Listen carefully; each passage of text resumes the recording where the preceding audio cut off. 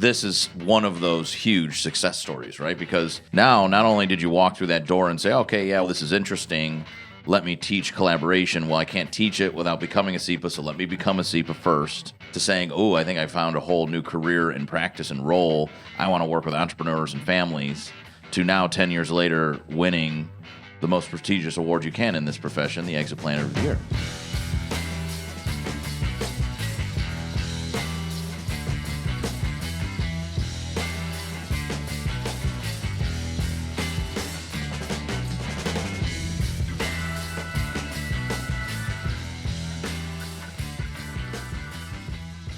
Hey, everybody, and welcome back to the Exit Is Now podcast with me, your host, Scott Snider, hanging out with our 2024 Exit Planner of the Year, Amy Wirtz. And so you've seen Amy in the studio before. She was with Tom Deans over on season 1. I think that was so much fun. Right? I had so much fun with Tom. Episodes, too. Mm-hmm. Obviously, a family business expert, but a value advisor, we would say, type certified exit planning advisor. And again, the 2024 Exit Planner of the Year. So I thought we should have you on the show here to start to lean into maybe some lessons learned on building your practice, because as we kind of sat around and talked about it and revisited it, you've been a CEPA now working in your 11th year, and your certificate number 341. Wow. And I think the CEPA certificates coming out this year are in the 8,000s. That's amazing. Oh, my gosh. So quite a journey. So thanks, Scott, for making me feel old. Yeah. I really appreciate that. I just think if I was a certified exit planning advisor,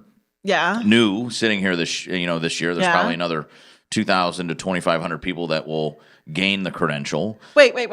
Did you say there's going to be 2,000 to 2,500 people gaining the credentials in 2025? There's typically between 200 and 300 a class times 11 classes, right? My gosh. Yeah, it's. I think it actually is approaching 2,500 new folks a year. That's amazing. I mean, they're all focused on wanting to work better with business owners and wanting to collaborate better with advisors, and so this is the place to be, I think, if you want to do those types of things, right? And surround yourself with people like you. Thanks. And so what I thought we'd do on the show today is try to outline the last 10 years, because I actually think you have quite an interesting journey, because you were a partner in a law firm. Right. When we first met you. Yep. Not involved in EPI at all. Right. You would say, how do you say? You do collaborative divorces, dissolutions? I do collaborative law. Collaborative law. Okay, that's fair. Yeah. And I think from my understanding, and I have you obviously tell the story a little bit as we open up, that kind of hit home for you, the collaboration side of things. And when you started to meet me and Dad through the EPI chapter and things of that nature, you're like, hey, there's a lot of collaboration over than this. And I'm naturally kind of tied into this collaboration. So 10 plus years ago now, you've decided to come to the CEPA program. So tell us why. Like, what was that journey like for you to say, like, I'm a partner in a law firm. Now I want to become a certified exit planning advisor. I don't know if I'm going to do that in divorce and dissolution. What was that like? That was like 2014. So what was that like for you? Yep. I tell this to my 20-year-olds. I have 2 kids. They're both in their early 20s. Life is not prescriptive. It is more organic than what your college professors and your parents may tell you. Yeah. Right?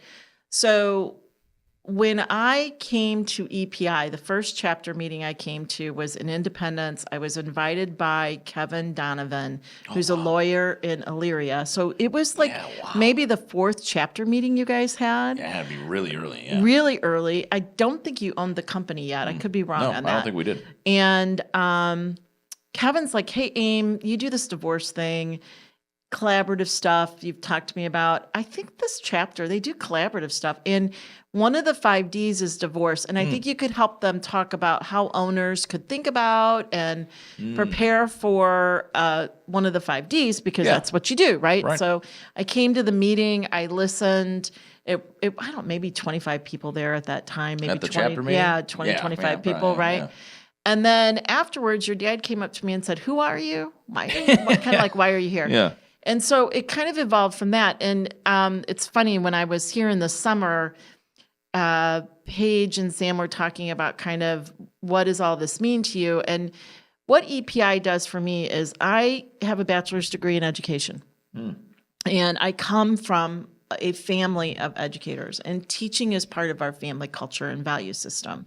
And your dad sat down and said, I want to kind of go to breakfast with you to learn about this collaborative law stuff you talked about in this teaming thing. Yeah. Because at our organization, we want a team to surround the owners to give them the most valuable process and outcomes they can have. And while we want to do that, I don't know that we have a great system teaching that yet. And so could I tap into your journey with collaborative law to think about how we can do that well? Yeah.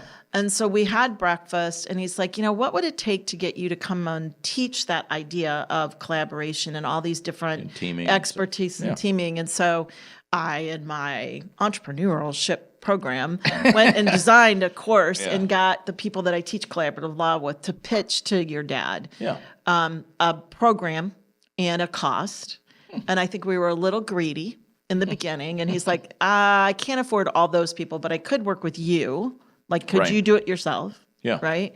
And then I came into it it was an opportunity to teach again.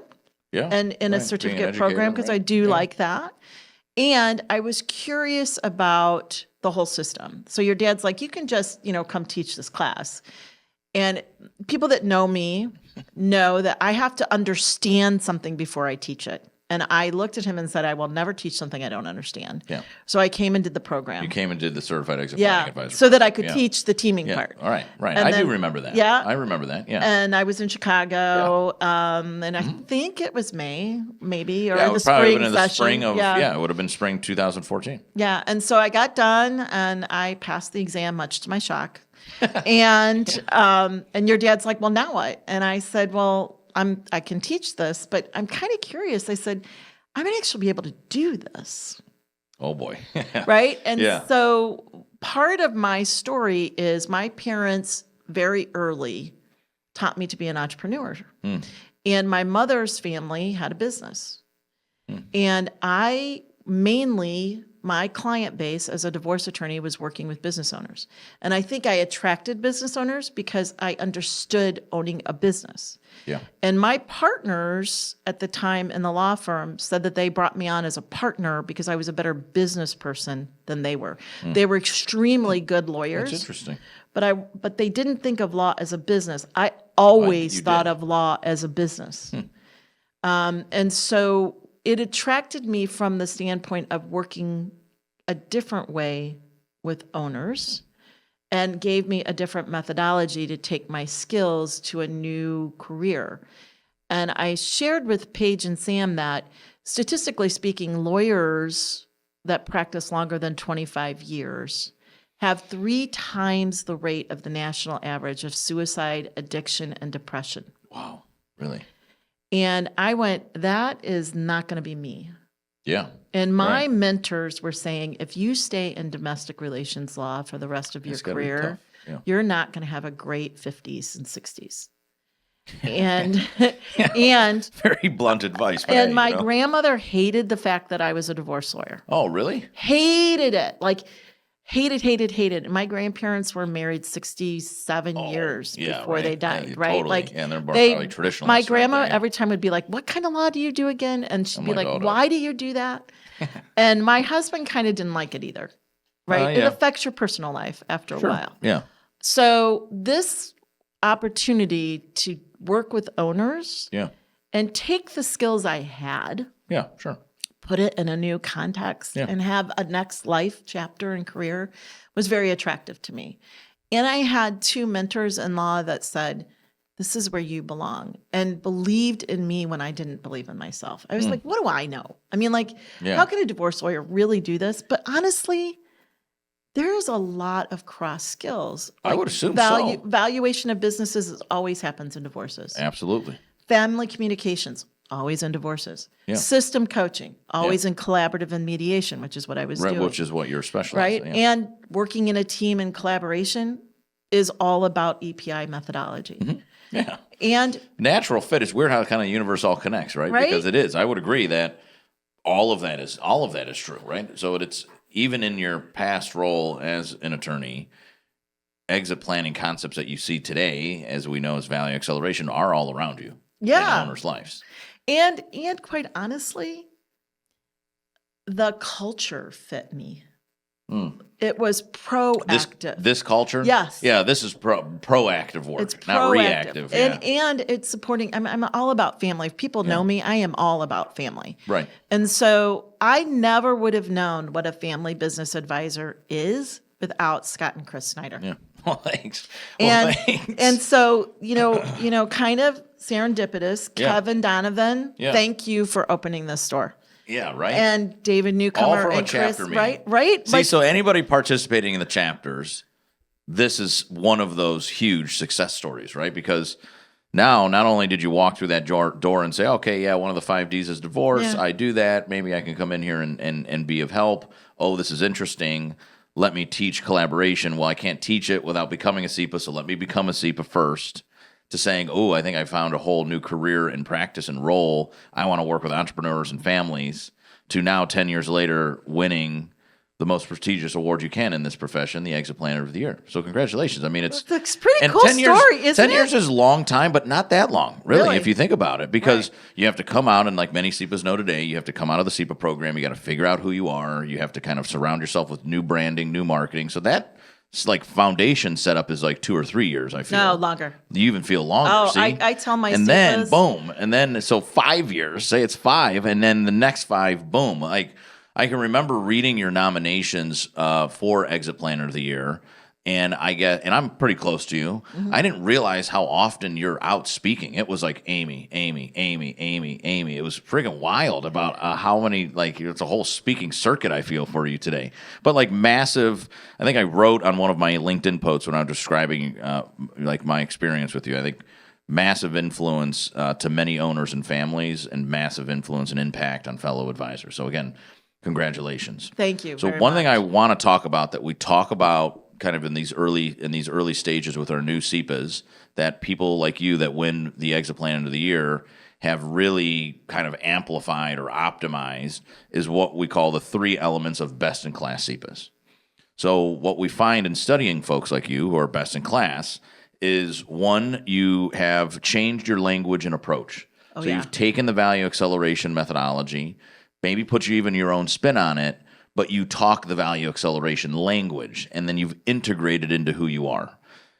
You have become, people like you, best in class CEPAs, have become excellent connectors of people and collaborators. They believe in teaming, they know their role on their team, and then they have this like old school Rolodex, right, of all the other advisors that they can bring in along the way. And the last thing that they really lives within them is they're like continuous learners, purposeful growth. I think particularly as more and more business owners are taking on or adopting the value acceleration methodology in their lives and in their businesses, we learn more as advisors.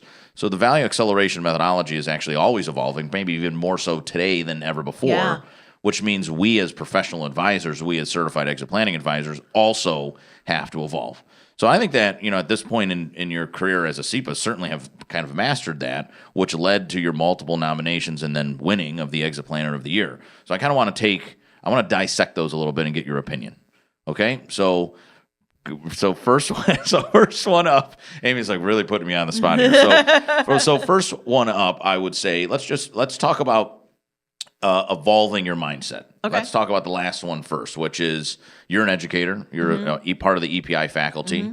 You're also out working with families and business owners all the time. So as they take on the methodology, we as advisors need to evolve our mindset. So over the last 10 years, how have you seen that mindset kind of evolve? Like what has been different? Because you've applied that methodology multiple times now, at least in the last 5. So I think, are we talking about owner work, or are we talking about working with CEPAs as a team? Owner work. So Okay. you as a CEPA, Yeah. how have you evolved your mindset as you've, I would assume owner 1 that you work the methodology with is very different than the owner you're working with today, because you've changed and the methodology has frankly changed. Yeah, I would say so. The first CEPA family I worked with, I called your dad and said, "Oh my God, I got my first case. Now what? Yeah, now what do I Now do?" do I do?" Which I want to normalize that for our CEPA community. Yeah. Like every one of you has an experience and knowledge of the industry you came from. Yeah.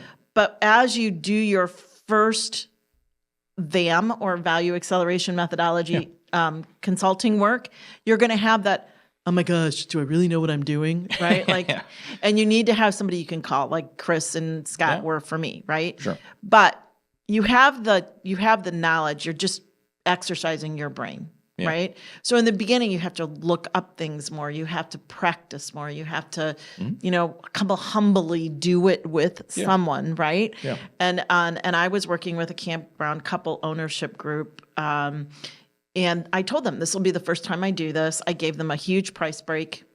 Yeah, I did. do remember you telling the I gave story, them a huge price break. I used Mouse at the time. And here's a really good piece of advice. If you're going to use Mouse and you're going to do it live, make sure you have good internet connection, because you can't do Mouse without an internet connection. It's on the cloud or whatever, right? The system. And just so you you go to know, these remote campgrounds and family farms and stuff. Yes, and I struggled because I was very remote with very bad internet at the time, because I remember this is 10 years ago, right? And so now campgrounds are really good about having internet connection, because people work remotely, but they weren't then. So, we struggled, but we got them through, and they sold, and they wrote me a thank you note.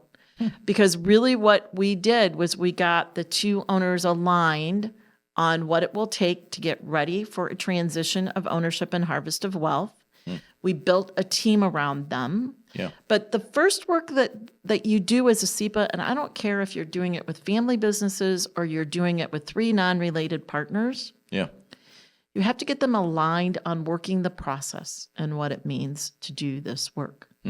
And that discovery gate, a lot of what we do, and I think I've learned this every time I work with a new family or a new business ownership group, is first you must educate and listen. Totally. I mean, it's literally one of the things we teach right at the beginning of the CEPA now, because I think it's so critically important. The way in which you trigger all owner action is to listen, is to what we say. I think many advisors, again, I'm not saying it's bad, I just think it's the way it is. Yeah. Like when I hired you to be an attorney, I need the right answers, right? I need you to guide me. Whereas if I hire you as my certified exit planning advisor or my value advisor, I need you to ask me the right questions and then listen. Right? And so actually, Scott, there's a difference. There is a little bit of a difference, but I'll have to tell you that I think what's different about being a family law attorney versus a a lot of listening, tax I lawyer. guess.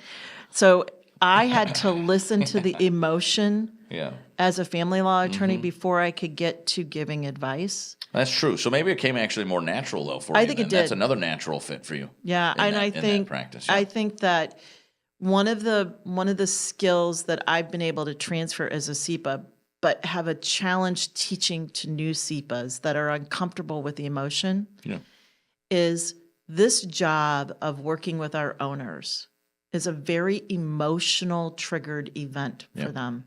Right.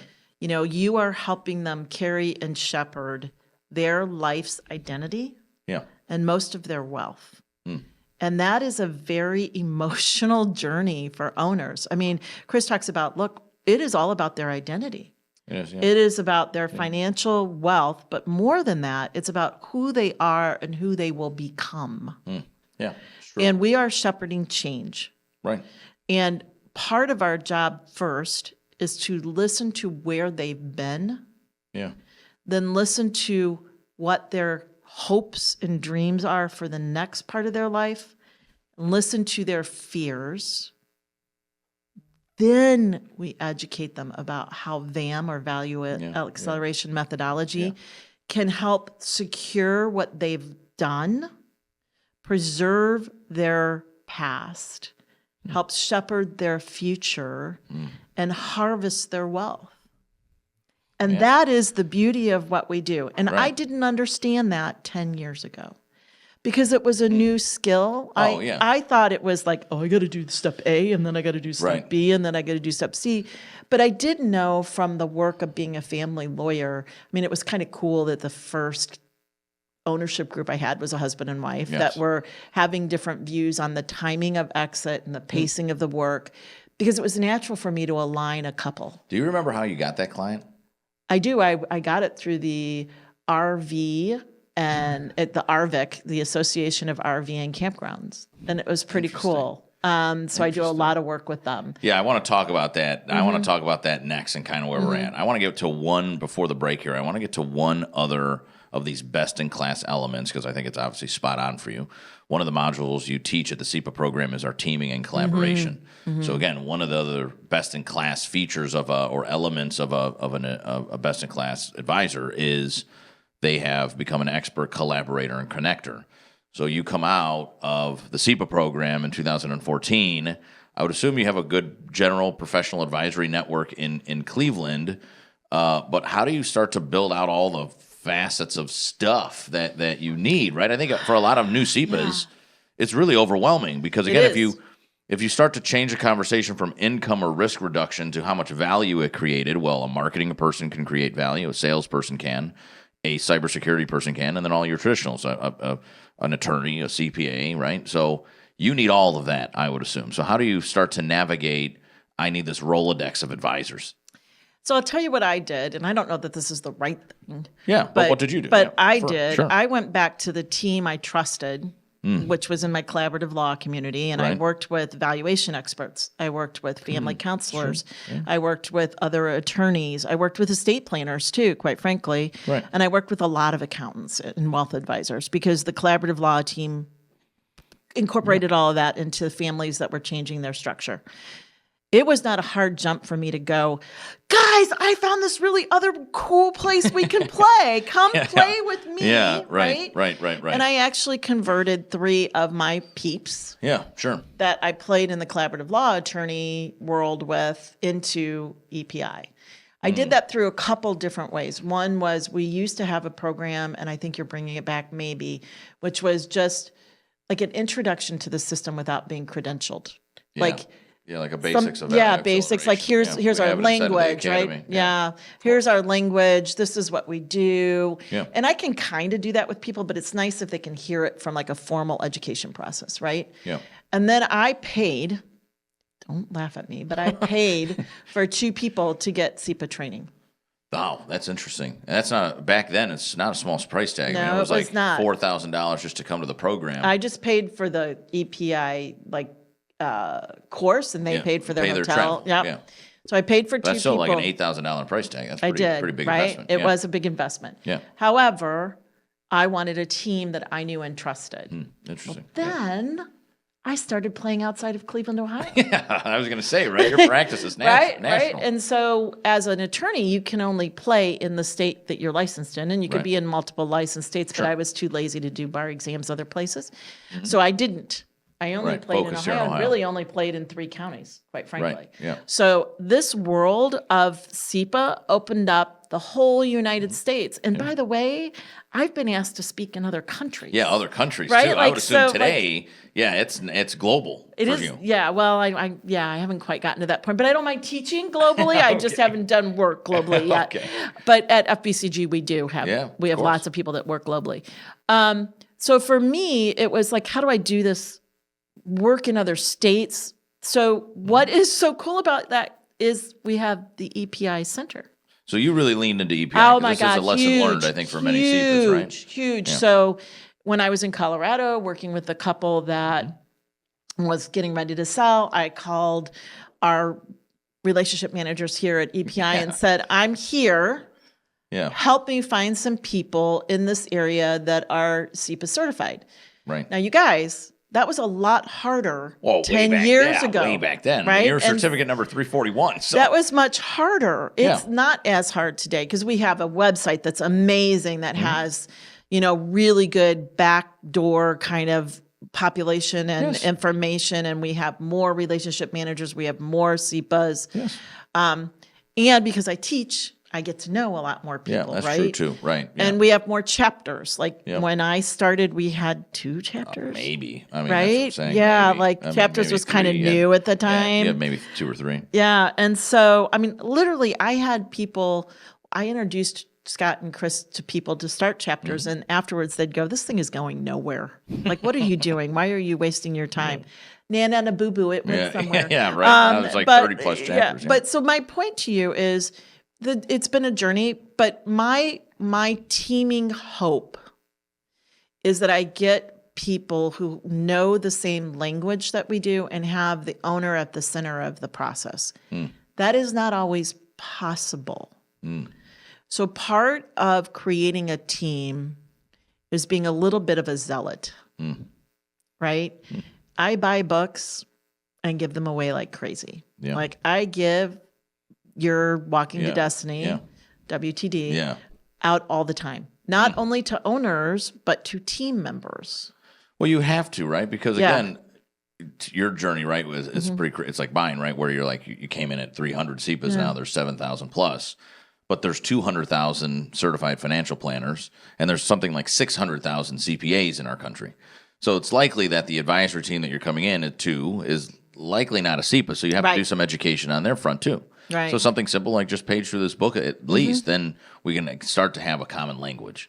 And you guys, it is really a journey. So it is. In building a team, we were talking one time, you were talking about trust builders. I can't remember one time trust we were having accelerators. Trust accelerators. First podcast of the year. Yeah. And so part of being a good team captain is providing opportunities for people to get to know and trust you. It is not automatic. You don't say, hey, Mr. Smith and Mr. Jones and Annie Kelly, we're going to build a team and we're going to instantly know each other and have camaraderie. Sure. It does not work that way. But you want to give yourself opportunities. And that means work that you might not be able to charge for, you guys. That means meeting for coffee. That means structuring calls ahead of time. That means having checkups. But today, how I do that is different than it was 10 years ago, right? Because we have this beautiful thing called Zoom. It's pretty cool. Yeah, right? Yeah, change the world. So it does change the world. But collaboration takes intention and it takes time because the core of a good team is trust. And trust is not something you can purchase. It's something you build. Absolutely. So a couple things before we go into break that I want to summarize from our discussion of these best-in-class best-in-class elements. One, I think education is key. We saw it in the 2024 National State of Owner Readiness Survey. Education works. I think education key. She talked about gifting books to not just owners, but to fellow advisors so that you can bring the team together. I think that in and of itself is also a trust accelerator. It is. Because we're building common language. What I loved, and it just comes so natural, but for the newer CEPAs listening, she leaned in to your EPI representatives. Yes. So you're not just making cold calls. You're saying, hey, John, can you make an introduction to this estate planning attorney in Denver, Colorado? She's also leaned into the chapters. So now more than ever, there's a huge, robust chapter network of folks as well. So some just like quick little tidbits to take from our opening conversation that folks can do to drive towards best in class. So I'm going to take a quick break. I want to talk to Amy's practice today and how she's done some specialization. So stick with us. We'll be right back. Are you a business owner seeking to unlock the true potential of your enterprise? Look no further than the second edition of Christopher Snider's revolutionary book, Walking to Destiny: 11 Actions an Owner Must Take to Rapidly Grow Value and Unlock Wealth. In this updated edition, Snider presents proven strategies for maximizing your company's value and accelerating growth. Whether you're aiming to sell or simply want to ensure long-term success, this book offers a blueprint for building a thriving, self-sustaining business. Walking to Destiny isn't just another book, it's a game changer, backed by Snider's own experience as a successful business owner and as a CEPA. This book bridges the gap between business owners and advisors, guiding you towards financial freedom. But don't just take our word for it. Hear from those whose lives have been transformed by its insights. One satisfied reader raves, "The best guide for transitioning out of privately owned companies. I recommend it to all business owners and advisors." Another praises it on its focus for maximizing business value, calling it their, quote, principal tool for educating owners. Ready to take control of your business's destiny? Visit walkingtodestiny.com now and use code EXITISNOW to claim your free copy of Walking to Destiny: 11 Actions an Owner Must Take to Rapidly Grow Value and Unlock Wealth. Don't wait for the perfect moment. Make the moment perfect by seizing this opportunity today. Hey there, business owners. Are you ready for a game-changing opportunity? Introducing the 2023 National State of Owner Readiness Report. Over the past decade, this groundbreaking research has reshaped how we view business ownership and exit planning. This report isn't just another study, it's a deep dive into the evolution of business ownership. It shines a spotlight on the crucial intersection of business attractiveness and owner readiness, revealing the undeniable impact of preparation on achieving successful transitions. With younger generations taking the reins, exit planning is taking on a whole new perspective. Education and awareness about preparing for the future have never been more crucial. And with financial readiness leading the charge, there's a clear opportunity for growth and learning. But here's the kicker. The report shows a surge in exit planning education and understanding, yet many still lack formal transition teams, highlighting the essential role of comprehensive support. So who's got your back? Trusted advisors have evolved from CPAs to financial advisors, making a decade of significant change in support networks. Ready to take the next step towards a successful exit? Dive into the Exit Planning Institute's 2023 National State of Owner Readiness Report and start shaping your legacy today. The future is knocking. Are you ready to answer? Discover your readiness level at 2023ownerreadiness.com and take the first step towards a successful and significant exit. Hey everybody, and welcome back to the Exit Is Now podcast, hanging out with the 2024 Exit Planner of the Year, Amy Wirtz. So we kind of talked about her journey as a CEPA, if you will, over the last 10 years and some of the best-in-class elements. I think one of the other perhaps interesting things about Amy is that she kind of chose perhaps a specialization route. It's a question that we do get. I think it depends on who you want to be. I do too. But Amy has done some unique stuff as a CEPA, and I do think there's some that we can take from it. This specialization thing not only goes to who she's working with, one of the other cool things that I saw you do over the years is that you not only leaned into, say, family, like RV campground type situations, or businesses, but you also went to their national organizations and became like their go-to value advisor, I assume. Like when you showed up there, I don't know how many people were talking about exit strategy and value. There weren't. So I think if you just want to talk to you about that, but for the listener right now, you don't necessarily need to just specialize and only work with family businesses or only work with collision repair shops. Mm-hmm. But I do think like going in and being their specialized CEPA and speaking inside of associations for the Ohio Manufacturing Association is like low-hanging fruit because there's likely no one talking about it at their annual conference. So something that you've taken. But tell me about the why behind that. So you become a CEPA, fast forward 10 years, you're working with family businesses, I would assume, of all kinds. Right. But you're also working with, I think, when I think of you, I think of family farms, and maybe it's just the RV guy in me, but I think about the Family RV Campground Association stuff. So talk to me about how you chose to specialize and kind of that journey. So again, I would love to tell you that this was like thought out and planned and designed and it was really well organized, but I'm not. So big shout out to my best friend since I was 10. Ooh. Barb Crum, who's now Barb Blackman. She works at Ocean Lakes Campground, right? I was there with the family. Right? Yes. So she is a marketing guru, right, and runs the marketing department for that organization. And when I was transitioning into this work, I wanted to do some marketing, and I hired her to do some marketing. And she's doing my business cards and my stationery and trying to come up with a brand for me. And she's like, "Hey, Wirtz, like you do know that in RV campgrounds, 80% of those parks are owned just by family members." Right. I'm like, "What?" And she's like, "This is kind of your target market. Really, your target market." Yeah. And I had already been working in the farm world for about a year because my mentor, David Newcomer, got me involved in speaking in farm kind of scenarios. Sure. And I come from rural America, and farmers are my people. Okay. They just are. It's Yeah, where so I you grew up. naturally I kinda got gravitated naturally, and I towards that. really have a lot of passion about preserving agriculture in the United States. Cool. So I started doing some work there, and the planning issues, the tax issues, and the succession issues are very similar between farmers in campground and RV parks. And there are a lot of campgrounds and RV parks that used to be farms. Yes. I remember you telling me this. Especially tobacco farms that were Interesting. translated into RV and campgrounds. Okay. Wow. So she was on the board And she's like, was in a leadership position and said, submit an application for speaking. You can talk about anything all the time. So just go. Now, what's funny is behind this, I knew some of these people because I would occasionally meet Barb at their national convention for a vacation with her, like for 2 or 3 days. She'd be at the convention, we'd add some time, and it would be a place where we could meet without our kids and husbands and have friendship time. Right. So I had met some of these people in a very nonchalant way. Right. And so it wasn't a big jump for them to say, oh yeah, I know her, I can let her come and speak. So what that meant was I was able to commonly make links for education opportunities.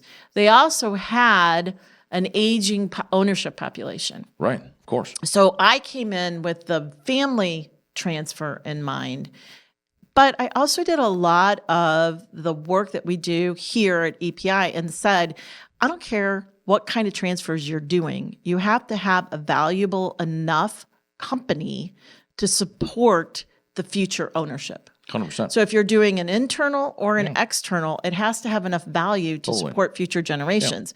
And it clicked. And I've taken that format to many industries. I've been blessed to speak at multiple industry conventions, and the idea of how do we transfer a valuable asset, either internally within our family system or externally from our family to a management buy or a venture capital or a strategic or an open market. That is something that resonates with all owners. And I've spoken at the Maple Flooring Association. I've spoken at CSC. I've spoken at a manufacturing association. But, when I talk to my CEPA groups, and I get a lot of phone calls about how did you change your life? How did you say, I don't want to be a lawyer anymore and I want to go do something different? Sure. And what I say is, I knew I couldn't stay in law anymore because I had no empathy for my clients anymore. Yeah. It just, if you don't have empathy for what's going on, you shouldn't be there anymore, right? Go find something new. Yeah. But when you're going and finding something new, finding what you feel affiliation to is very important. If you don't feel an affiliation to a industry, try to find the kinds of people you like working with. Right? Yeah, and so the other thing is, if you have an existing practice and you can harvest their connections, it's a great way to build a sister business. I had a call, I think it was maybe in the spring of 2024, from a fairly new CEPA that was a wealth planner and young, probably 29 or 30. Yeah, so just starting. Right, sure. Yeah, and he was saying to me, I want to work with more business owners. My dad has a really great portfolio of clients, but they're doctors and dentists. Yeah. I want to look more into a different kind of ownership. So I said, let's start with some research. What kind of people do you like to work with, right? What kind of interests you? And then look at your book of business and your practice. Is there a concentration in an industry? If there is, ask them about their industry programs. Where do they go learn about their industry? What are their trade associations? And ask for an introduction to the education program designer. Yeah. So I would say one of the things for the audience that I'd like to pull out, and maybe if you got the pen and paper out, thought leadership has been a big, impactful business development activity because you also write a lot of articles and stuff. You share a lot of content. So for, again, any new CEPAs or even long-time CEPAs, specializing in an area, speaking regularly at their associations, delivering a lot of content on the topic, throws you in this kind of thought leadership category, which should bring better center of influences, right? So more advisors are attracted to you because, hey, this is the expert, and she shares a lot of good stuff. And then the owners actually see you at the conference. And again, it's likely, I even think even today, it's likely that they don't have a value track inside of the Ohio Manufacturing Association's annual conference. I just don't think that there's that yet. So I think that there's opportunities. The other thing, whether you are a value advisor CEPA or one of the other types of CEPA that might not be doing and packaging all the work, is how have you packaged the value acceleration methodology? Yes, yeah. Are you more like I would say traditional, meaning like have you taken the methodology and that's what you do, or how have you incorporated it over the last 10 years into what you're doing? So do we start with triggering event engagement still for you, or what's it look like? So I have to journey a little bit with you here. Okay. Okay. So in the beginning of my practice, when I was solo, Right. and doing non-related businesses as well as family businesses, I used the language of EPI. Like basically practice yeah, in a box. Practice in a box. And I was always a little bit different, and your dad challenged me a lot in the beginning, like, why do you keep changing this? And I'm like, I don't know. I just some of it doesn't fit me, Yeah, right? but you right. Right. And you're all going to walk that journey.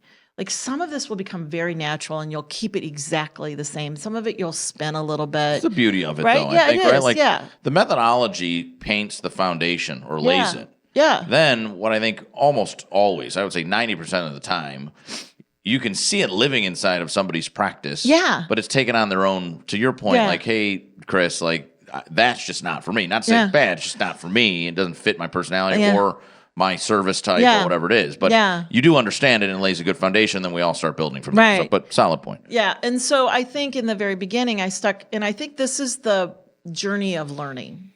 So when you're putting on a new skill in your head, Yeah. you rely a lot on the base education.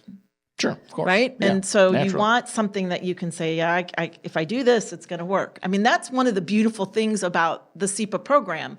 You take these really complicated ideas and you give it language and a system that is usable and explainable to the ownership group. Right. Right. And that package is very valuable. Those skills are very valuable, and it's what we make a living off of. Right. However, as you start doing it, you're going to find that what you're doing, your role in that process, may change how you explain it, when you come in, and what you really do on the team. Right. And that kind of massages the time. So in the beginning, it was very scriptive. I'd say 3 years out, I really changed it to fit more Amy. Okay. Right. And that's Okay. when I started saying, I'm only going to play in family businesses. You're right. So then you Right. start doing the specialization. And that's right? when I met Carmen. Yeah. Right. Right? Sure. And so I met a family business advisor through EPI, Carmen Bianchi. Yeah. She now works with Joe Serrera, yeah. Yep. And we were in Fort Worth at a summit, and she had spoken. I heard her the second time, I think, and I had lunch with her, and I'm like, I think I want to be you when I grow up. And she really spent a lot of time with me. I'm very thankful for her to say, let's really talk about this. Like, and she really sat and talked to me about what I was doing. She brought me out for a family retreat so I could see one. She even paid for it. I mean, like, she's an amazing person, which is why I think I gave back and had paid for people to get trained. And we're a very giving community. And I didn't know what a family business advisor was until I met her. Like, I really owe her a lot. Right. Yeah. And I think, as I started refining that and really focusing my messaging on working with families, I changed a little bit because families start with the assumption that it will be a family transition about 90% of the time. Interesting. Really. And they don't necessarily want to hear about the other options. Well, it would match how the owners in the National State of Owner Readiness Survey responded. There's probably something I threw across your desk to get some opinion on when we were authoring the report. It did shock me. The second generation, 82% of them said internal option. Yeah. And it wasn't necessarily just family, but they said family or my management team or an ESOP or my employees in some way, shape, or form. But I always thought that, I mean, it didn't, you taught me a little bit there, but I was like, wow, that's interesting. Second generation, really passionate, but it was only like 51% of the founders. They were more open to options, where 85% second generation said it's got to be internal. And so I think in talking to you and other family experts, what I learned was, and it makes sense, that once they've bought it or inherited it from the first generation, then they kind of stewarded it over the time. The business is to a point where they're very prideful, right? And they're almost like, I gotta keep this going, so it must go to somebody internally. So they're even like deeper ingrained into it, where first generation might be like, okay, what are all my options?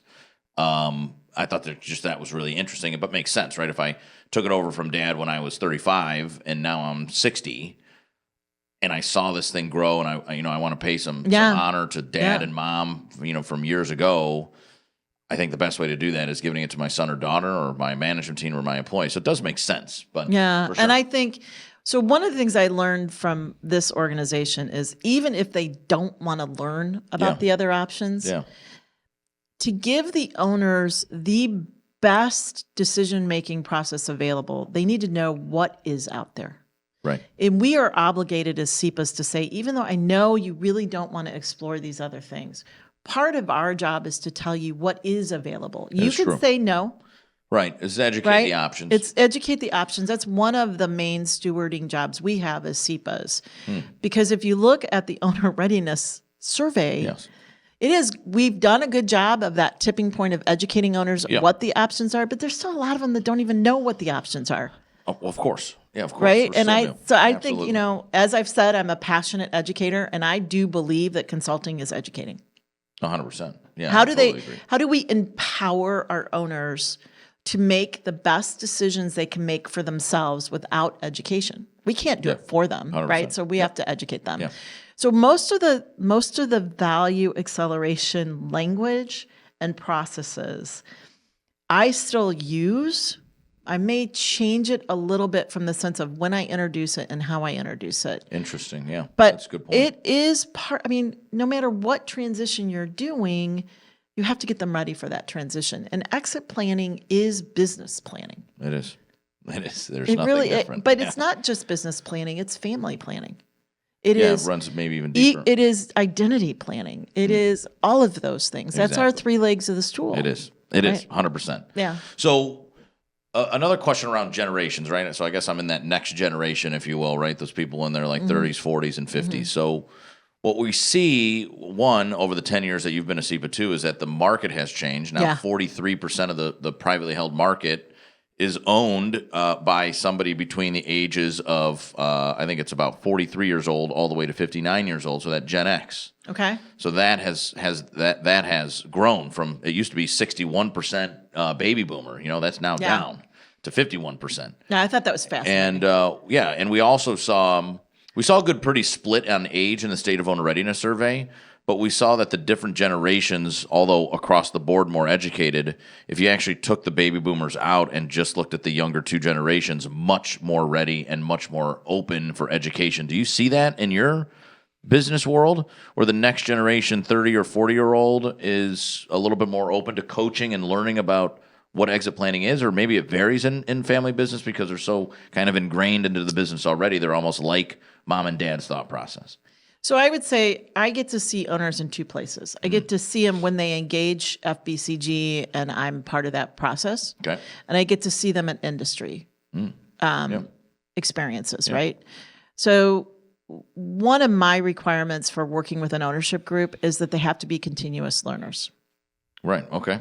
So if you think about that, so if a family group hires me, right, they're spending a lot of money to learn. If they're at an industry experience process, they're usually there to learn. Right? Right, sure. So the people that are struggling, I think, are the ones that don't want to engage in learning. Yeah. And I get that. Totally get that. That's an interesting point. And I would say, from our survey standpoint, if people are filling out a survey, they're reading, they're in a place where they're learning. Yeah. So it doesn't surprise me that we're getting responses where people are more learning and more educated. What I do think EPI has done a really good job of doing since the Sniders bought it and took it over is making this a normalized business process. And so we've educated 7,000 plus people that are going out and educating other business owners. I mean, I don't know how many people I've introduced this concept to, hundreds and hundreds of people. Yeah. Right? Totally. And it might be an hour. It might be 2 hours. I spoke at the Exhibit Display Producers Association. Okay, so they're the people that at the big conventions, they design exhibits, right? Okay, and they set them up and they bring in the electrons, right? Yeah. So they're all about experiences. Yeah. That industry started in the late 70s. Really, I mean, did not exist before that. Yeah. Their owners are at a point of great transition. I spent, I don't know, an hour and a half with them, educating them about the value acceleration methodology, educating them about the business choices. Many people come up to me and said, I've never heard of this. Oh, of course. Right. Gave books away, right? Like, but Yeah. they, I mean, so Yes. that as an educational experience, that's a tipping point for them. And I had 2 or 3 calls from that, exploring engagement and what it would look like. And, that's going to sit, I might get a client 3 years from now from that. Because it's a it takes new time. introduction. Well, and for I totally CEPAs, agree. Totally CEPAs, that is your job. Yeah. Your job is to go introduce this. And one of the hardest things I had in my journey was the length of lead time. Yeah, I would. Yeah, I think it's tough. It I think is it's particularly very tough, different. too, for our financial advisors these days too, right? Because a lot of them are like CEPA professionals or maybe CEPA quarterbacks, where they're not like you, where they're getting in and they can maybe get a client and start getting paid right away. They're in for the long haul, Right. Because the liquidity event is down the road 3 to 5 years. But they're investing now, right? They're educating, they're connecting them with people. They're part of the team. They might be helping run a personal path, not even necessarily getting paid for it. But if you That's also hard. bring in hybrid, I would challenge, not to go down a rabbit hole, but I would challenge a little bit if we're also teaching hybrid exit options. Yep. You could take a little money off the table, every few years or every year, and that money would come into that wealth advisor, that financial advisor. But And that, maybe my another dear, podcast is story. part of my journey. Yes. Yeah. And I thank Sean Hutchinson for that. Yeah. Because Sean Hutchinson started introducing, I don't know, maybe 2018, 2019, that this is a multi-phase process. Oh, and yeah, it's he's not a a big hybrid one and exit only. guy. It's not a one and only. No, one bite it's of the multiple. apple, not it. It is Not it. multiple bites at the apple. And that we should be encouraging even our generational owners to be taking money out and harvesting into themselves.